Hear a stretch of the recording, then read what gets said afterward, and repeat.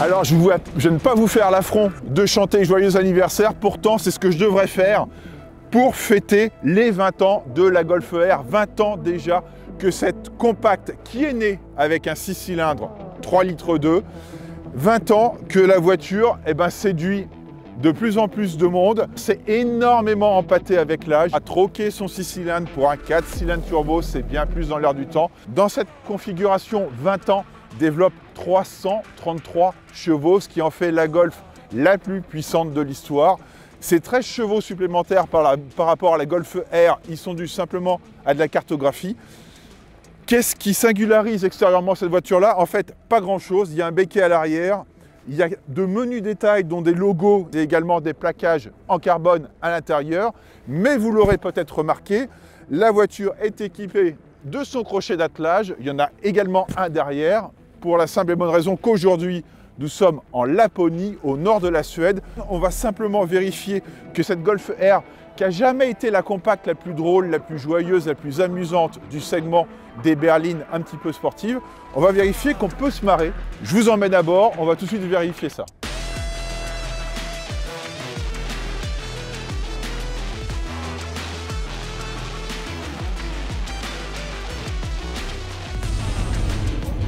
Donc, petit rappel, si vous avez raté le début de cette vidéo, 333 chevaux, 4 roues motrices,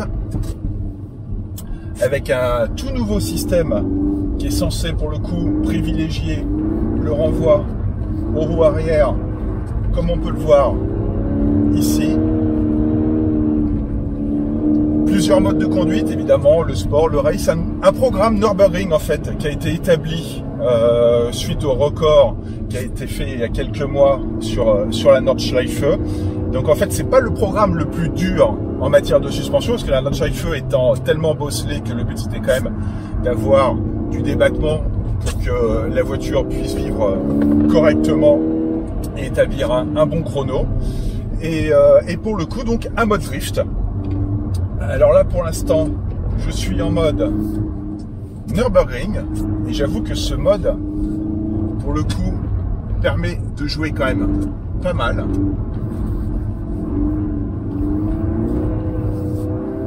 La voiture se place bien. Alors évidemment, elle a plutôt tendance à se placer au transfert de charge plutôt qu'à l'accélération. Ça va de soi. Et maintenant que j'ai bien fait mumuse, je vais passer dans le mode drift. Voulez-vous activer le mode drift? Je veux. Attention, la stabilité peut être altérée, il n'y a pas de souci. On va de nouveau déconnecter le SP. Donc là, en mode drift, tout déconnecté.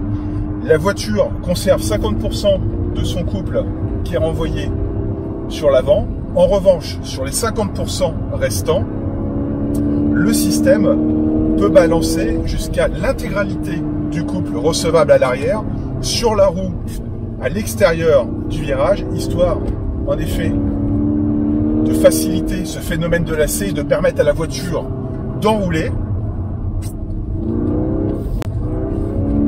Et on sent en effet la voiture plus prompte à partir, et ça devrait y aller, je pense. Donc en effet, le mode drift est un peu plus sympa, un peu plus joueur.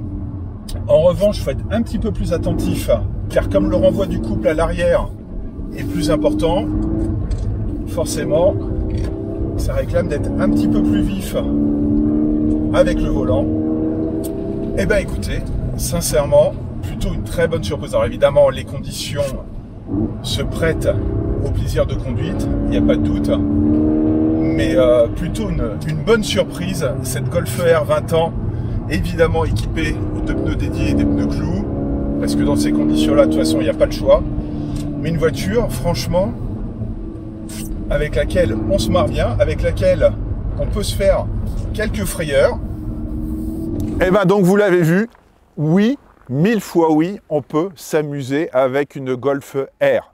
Alors, je suis d'accord, il faut que les conditions soient réunies, à savoir un immense lac gelé, 40 cm de glace, Voilà. Mais la voiture, vraiment, que ce soit en mode drift, en mode Nürburgring ou simplement en ESC déconnecté, est une voiture qui est joueuse. Alors, joueuse, j'y mets des guillemets, pour la simple bonne raison que dans ce segment-là, je pense sincèrement qu'une Mercedes classe A 45 AMG reste à la fois plus facile à cerner, plus sympathique aussi à conduire.